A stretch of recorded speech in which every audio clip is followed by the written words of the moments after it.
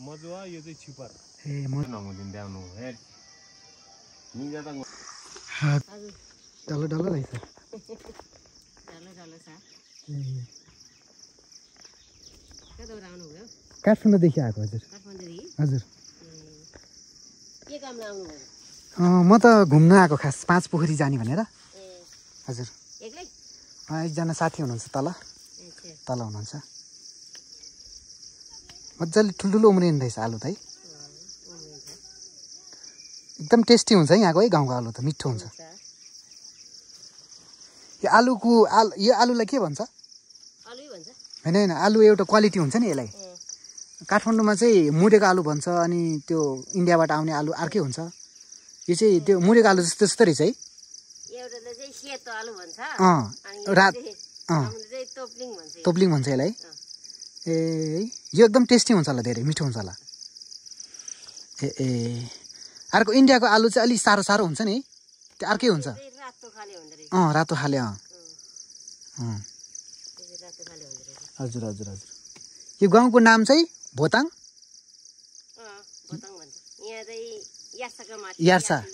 उता तल चाहिँ यार्सा यहाँ चाहिँ धारपाङ भन्छ धारपाङ है ए यार्सा धारपाङ ए अनि यहाँदेखि चाहिँ कता जान्छ त यो मानी पछाडिबाट बाटो रहेछ नि माथि उता तेर्सो जाने चाहिँ नाइबस्ती भन्छ नाइबस्ती हजुर अनि माथि जाने चाहिँ घ्याङ छ ए घ्याङसाङ है ए भोथाङ घ्याङ हुन्छ ए भोथाङ घ्याङ है ए तपाईँको घर चाहिँ कुन हो ए यता हो यहाँ यो तलको यो चाहिँ कसको त यो चाहिँ छिमेकीहरूको ए यहाँ कुकुरहरू छैन नि छैन उतापट्टि छ त्यति चाहिँ काट टोकेको छैन कसैले नै अहिलेसम्म छाउँछाउँछ ए म त्यहाँ खिच्न जान मिल्छ नि मिलिहाल्छ नि ए म यसो गाउँहरू देखाउने यहाँको दृश्य धन्यवाद है तपाईँलाई खास हेर्नुहोस् गाइस पुरानो घर यो चाहिँ यस्तो रहेको छ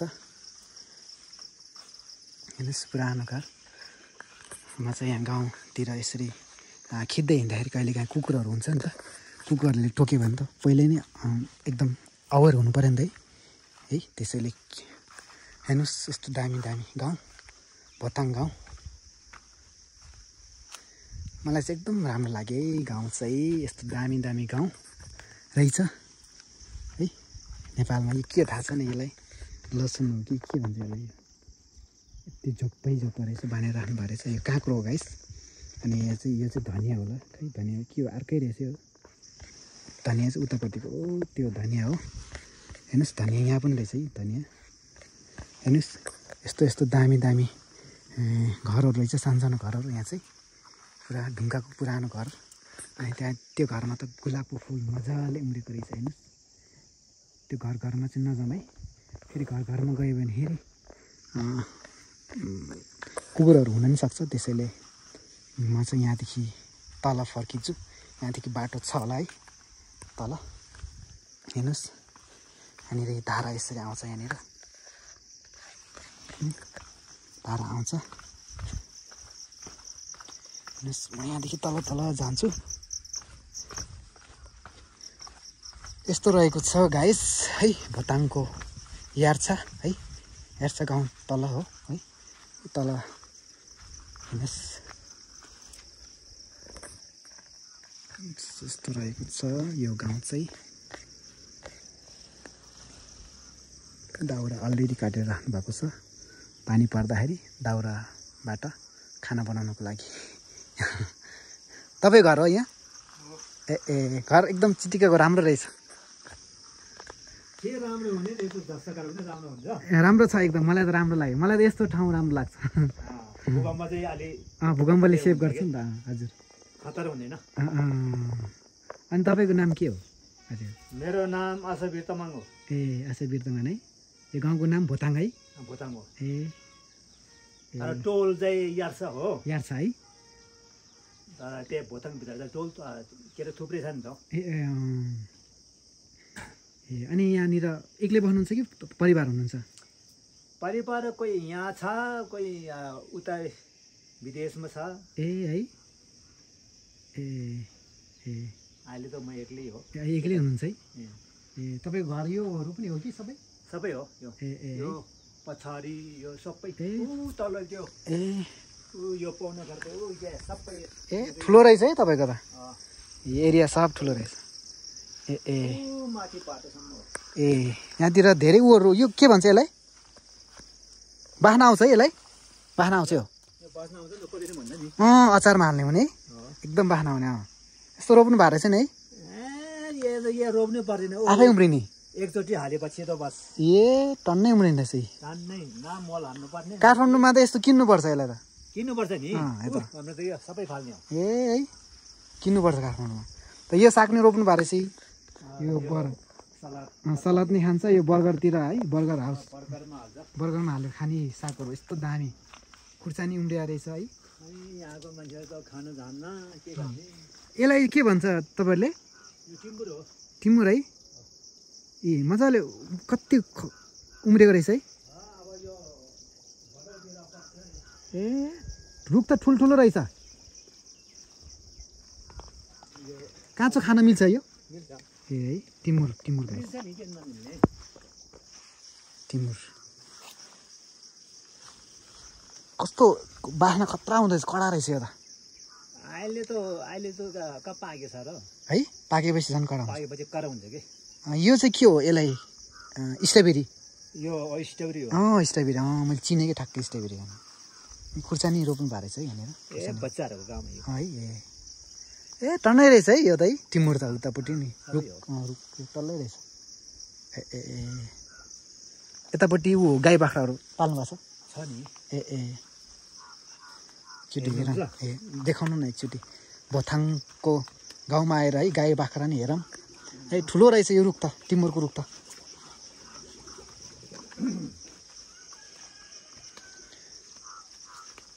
ल हेर्नुहोस् है भोथाङको गाई बाख्राहरू कति ठुलो रहेछ यो भैँसी है ओहो कति ठुलो रहेछ त के ठुलो नि यो सानो हो झन् हो यो अब यो भ्याउने छ कि अब ए दुध त मजाले दिन्छ होला है दुध त दिन्छ नि खोराक त दिनु पर्यो नि है, है, घाँस खोराक र- राम्रो दियो भने राम्रै दिन्छ अँ। खोराक दिएन भने कहाँ अँ, दिनु त दिन्छ नि कमै आउँदै के ए है ए एकदम राम्रो रहेछ खोराक हो। एकदम खुसी लाग्यो मलाई त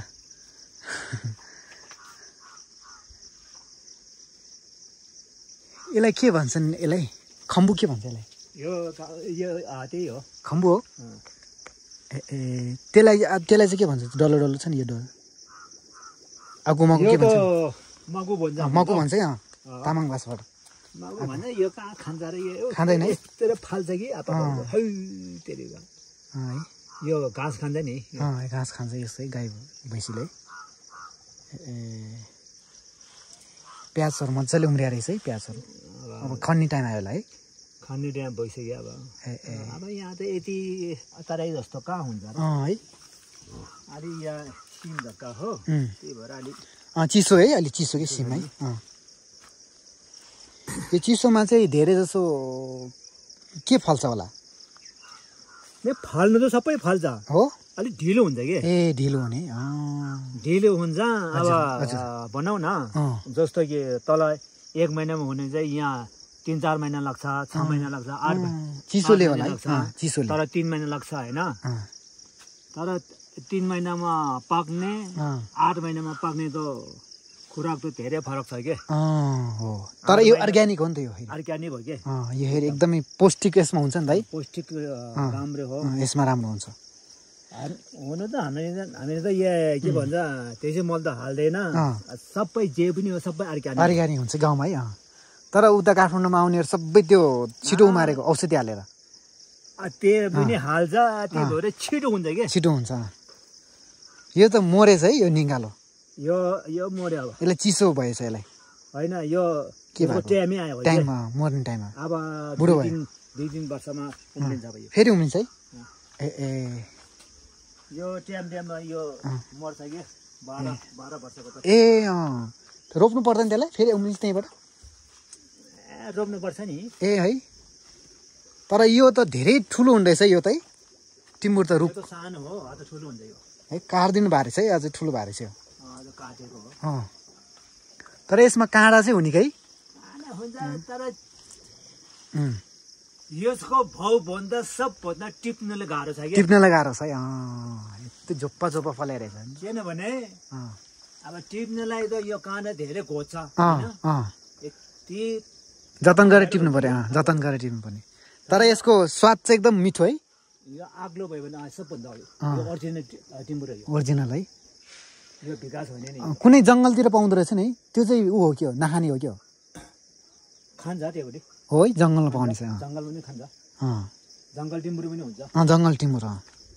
तर यसको पत्ता ठुल्ठुलै चाहिँ जङ्गलमा पाउने सानो हुन्छ कि मैले देखेको छु उता रसुवातिर जङ्गलतिर ए जङ्गल पनि यत्तिकै फाल्छ यत्तिकै फल्ने रहेछ रसुवातिर तर यतिको स्वाद यतिको जति चाहिँ त्यही त यो चाहिँ एकदम खाने खालको रहेछ है यो त अहिले त मान्छेहरूले त यो भन्छ विकास टिम्बुर हजुर रोपे यो त हाम्रो विकास होइन नि यो ओरिजिनल हो यसको बिउ हुन्छ कि कसरी रोप्ने यसलाई यो भ्यू हुन्छ होला काटेर रोप्नु मिल्छ यसलाई अहिलेसम्म हामीले त्यस्तो गरेको छैन अब कुनै कुनै ठाउँमा एउटा बोट उम्रिन्छ त्यही हामीले रोप्छु बस न यसरी यसलाई हाँगा काटेर रोपेर सर्छ किन खै हुन्छ होला अहिलेसम्म हामीले गरेको छैनौँ यसलाई त्यो हुन्छ नि काटेर यसलाई मोलसोल हालेर के हालेर गर्दछ नि कसैले नर्सरीमा नर्सरीमा गर्छ कि यो त नर्सरीवाला थाहा हुन्छ कि यस्तो थाहा हुन्छ अब म त नर्सरी काम त गरेको एग्रिकल्चर सिकेको होइन कृषिहरूले सिकेकोले कृषि सिकेकोले आफूलाई चाहिएको चिज चाहिँ गरिरहेको छ तर सबै रहेछ यहाँ खानेकुराहरू ताजा ताजा यहाँ सिमीहरू पनि रहेछ सबै कुराहरू रहेछ यो त ऊ होइन के भन्छ यो के रोप्नु भयो आलु हो के हो यो आलु हो आलु रहेछ ए अब यो आलु अब यो आसारमा त यो मर्छ क्या अब यो त हामीले त कुनै कुनै त आसार नै खान्छ कुनै कुनै त भदौतिर खान्छ कि भदौमा खाने जति कुयो नकुहिसम्म चाहिँ एकदम राम्रो हुन्छ कि मलाई यो साग त एकदम राम्रो लाग्यो नि त कस्तो मिठो खालको साग एकदम मिठो हुन्छ यो साग त अर्ग्यानिक जे पनि हो सबै अर्ग्यानिक हो हामी चाहिँ जो देशी मल हाल्छ हजुर हालेको चाहिँ त्यो अर्ग्यानिक हुँदैन है हाम्रो कुनै चिजमा पनि देशी मल हाल्दैन हजुर हजुर चाहे कोतो हो चेनी हो सबै कुरा हो वास्तवको मल मात्रै हाल्छ ल हस् त धन्यवाद है तपाईँलाई तपाईँको घरहरू देखाउनु भयो यो देखाउनु भयो सबै है हामी पछि भेटौँला के गरी आयौँ भने है अनि यो भिडियो चाहिँ युट्युबमा गएर हेर्नुहोस् है त ल युट्युबमा हेर्नुहुन्छ तपाईँ युट्युब हेर्नु छ युट्युबमा चाहिँ नाम चाहिँ के रहेको छ भने 5GB नेपाल छ 5GB नेपाल छ अनि युट्युबमा म अपलोड गर्छु अनि युट्युबमा हेर्नु होला अनि तपाईँहरूको आफन्तजन विदेशमा हुनुहुन्छ भने दाजुभाइ छोराहरू छोरीहरू हुनुहुन्छ भने उहाँहरूलाई पठाइदिनुहोस् है एकजना भाइ आएर चाहिँ हाम्रो घरको भिडियोहरू खिच्नु भएको थियो भनेर पठाइदिनुहोस् है त ल धन्यवाद तपाईँलाई धन्यवाद ल है त हामी आज यो भिडियोबाट छुट्यौँ अनि हामी अर्को दोस्रो पार्टमा चाहिँ भेट्नेछौँ भन्दै यो भिडियोलाई चाहिँ अन्त्य गर्न चाहन्छु okay bye bye take care